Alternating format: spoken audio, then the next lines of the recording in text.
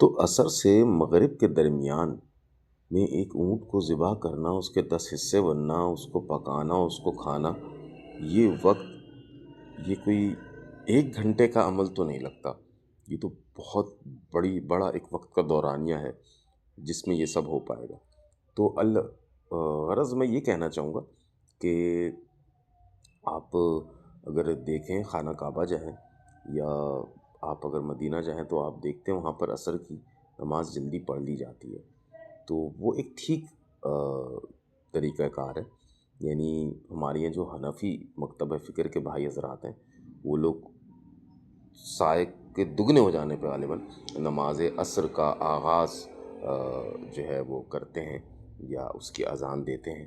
تو نماز کا وقت وہ بھی ہوتا ہے، اس میں کوئی انکار نہیں ہے، وہ بھی عصر کی نماز کا وقت ہے.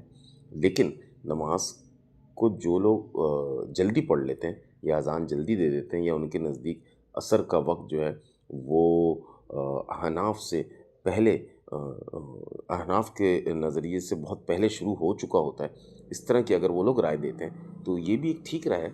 یعنی اگر ہم عام طور پر دیکھیں ہمارے جو بریلوی اور دیوبندی بھائیوں کی مسجد ہوتی ہے اس میں عصر کی اذان کا وقت جیسے آج کل جو ہے آپ دیکھیں رمضان میں تو وہ سمجھ لیں کوئی مغرب سے تقریباً کم و بیش کوئی 2 گھنٹے کا بھی گیپ نہیں ہوتا ہے.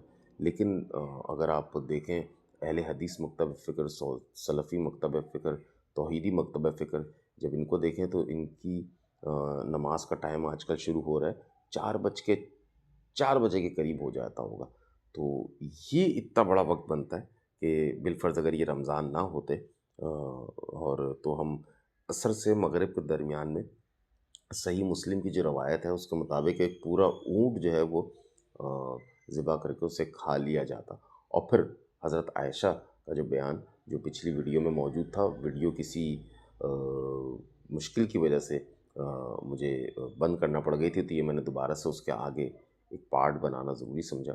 تو اگر آپ دیکھیں تو عصر کے حوالے سے حضرت عائشہ نے جو بتایا ہے کہ دھوپ ابھی صحن میں ہوتی تھی، دیوار پر چڑھی نہیں ہوتی تھی اور عصر پڑھ لی جاتی تھی. موتا کی پہلی روایت ہے. تو اس سے بھی پتہ چلتا ہے کہ عصر کا وقت جلدی ہی شروع ہو جاتا ہے. یعنی ان شارٹ ہم یہ کہہ سکتے ہیں کہ ہم مسلمان بھائیوں میں جو ہمارا ایک عمیق مطالعہ ہوتا ہے اور مختلف نظریات رکھتے ہوئے ہمارے مسلمان بھائی حضرات جو ہے وہ اپنے اپنے موقف پر قائم رہتے ہیں.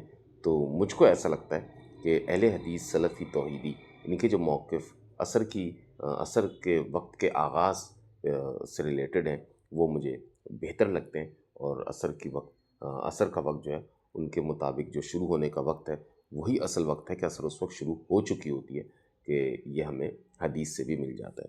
تو اپنا بہت خیال رکھیے گا. اگلی ویڈیو میں پھر ہم ایک موضوع لے کے آپ کی خدمت میں حاضر ہوں گے. السلام علیکم.